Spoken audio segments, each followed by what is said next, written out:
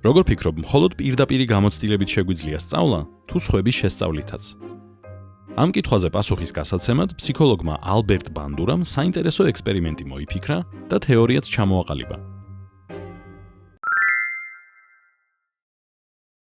ბანდურამ სოციალური დასწავლის თეორია 1960-იან წლებში შექმნა, იმ დროს, როცა მეცნიერთა უმრავლესობა მის იდეას არ იზიარებდა და ფიქრობდა, რომ სწავლა ყოველთვის კლასიკური და სამუშაო გარემოებების შედეგი იყო.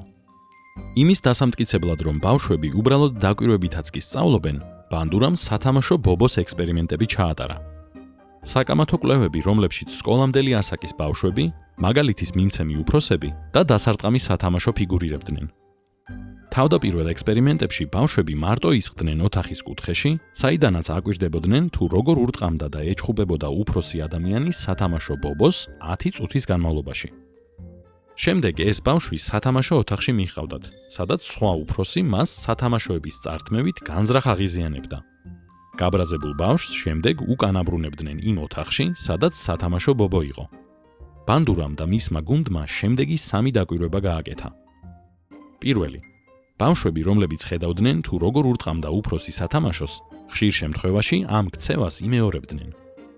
მეორე. ამას ბიჭები 3-ჯერ უფრო ხშირად აკეთებდნენ, ვიდრე გოგოები. მესამე.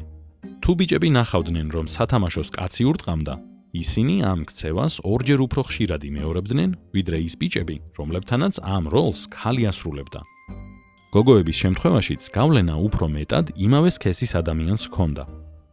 იმის გასარკვევად, ფილმსაც შეიძლება ჰქონოდა თუ არა იგივე ეფექტი, ბანდურა ზოგიერთ ბავშვს ამ სცენას პირდაპირ აყურებინებდა. ზოგს ვიდეოზე, ზოგს კი ანიმაციურ ფილმად. რადგან სამივე ჯგუფმა ერთნაირი შედეგები აჩვენა, ბანდურამ დაასკვნა, რომ ბავშვები სხვებს ბაძავენ იმის მიუხედავად, თუ სად ნახეს მათი ქცევა. ექსპერიმენტის ბოლო ვარიანტში ბანდურას სურდა გაერკვია, შეიცვლებოდა თუ არა ბავშვების ქცევა, როცა ნახავდნენ, რომ მაგალითის მიმცემი ადამიანი სათამაშოს მიმართ ქცევისთვის დაჯილდოვდებოდა ან დაისჯებოდა. ამჯერად ისინი უყურებდნენ, თუ როგორ ურტყამდა ადამიანი თოჯინას, შემდეგ კი აკვირდებოდნენ, რომ ოთახში სხვა ადამიანი შემოდიოდა და მსახიობის ქცევაზე რეაქციას გამოხატავდა. შედეგებმა აჩვენა, რომ ბავშვებისთვის დიდი განსხვავების მომტანი არ იყო, შეაქებდნენ თუ არა აგრესორს. თუმცა იმ ბავშვებმა, რომლებმაც ნახეს, რომ მსახიობი დაისაჯა, მოგვიანებით ბევრად ნაკლები აგრესია აჩვენეს. ეფექტი, რომელიც კიდევ უფრო მეტად გამოხატული იყო გოგონების შემთხვევაში. სხვა სიტყვებით რომ ვთქვათ, როცა ვუყურებთ, როგორ აჯილდოვებენ სხვას, დიდად არ გვიქმნის мотивაციას, რომ მისი საქციელი გავიმეოროთ. ხოლო იმის ნახვა, რომ ვიღაც დასაჯეს, მისი ქცევის გამეორების სურვილს მნიშვნელოვნად ამცირებს. ის ფაქტი, რომ ბანდურამ შეძლო დაემტკიცებინა, რომ ბავშვები სხვებზე დაკვირვებითაც სწავლობენ, ფსიქოლოგიაში გარდამტეხი იყო. ბანდურამ და მისმა თანაავტორმა რიჩარდ ვალდერმა მოგვიანებით სოციალური დასწავლის თეორიის 5 მთავარი პრინციპი განსაზღვრეს. პირველი. სწავლა გონებრივი პროცესია, რომელიც სოციალურ გარემოში მიმდინარეობს. მეორე. სწავლა შესაძლოა ქცევაზე დაკვირვებით. მესამე.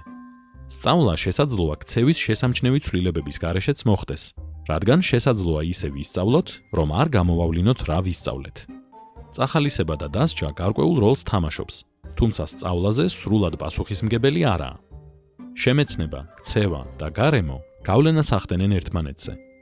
ამ პროცესს რეციპროკული დეტერმინიზმი ეწოდება. ბანდურა, რომელიც უნივერსიტეტში ფსიქოლოგიას დროის გასაყვანად ესწრებოდა, მალე საკმაოდ დაინტერესდა ამ სფეროთი და დღეს ერთ-ერთი ყველაზე ხშირად ციტირებადი ფსიქოლოგია. რეალობის შესახებ მან ასეთი რამ თქვა. რეალობის სურათების უმრავლესობა, რომელსაც ჩვენს ქცევებს ვაფუძნებთ, სინამდვილეში სხვების გადმოსახედიდან მიღებულ გამოცდილებებს ეფუძნება. რას ფიქრობ? რამდენი გაქვს ნასწავლი სხვებზე დაკვირვებით? და თუ სწავლობ სოციალურად, ვინ არის შენი საუკეთესო მასწავლებელი?